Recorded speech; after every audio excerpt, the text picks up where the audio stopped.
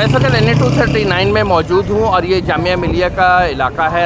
یہاں پر بڑے پیمانے پر جو ہے پولنگ کا عمل جاری ہے۔ آپ دیکھ سکتے ہیں تحریک انصاف کا کیمپ ہے، یہ متحدہ مجلس عمل کا کیمپ ہے اور یہاں پر خاصی تعداد میں لوگ موجود ہیں۔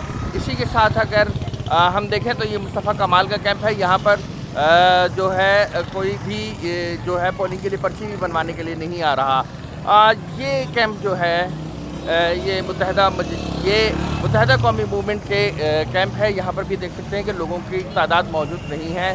اس کے علاوہ یہ پاکستان مسلم لیگ نون کے طرف سے انتخابی کیمپ لگایا گیا ہے اور یہاں پر جو ہے لوگوں کی بڑی تعداد نظر آ رہی ہے۔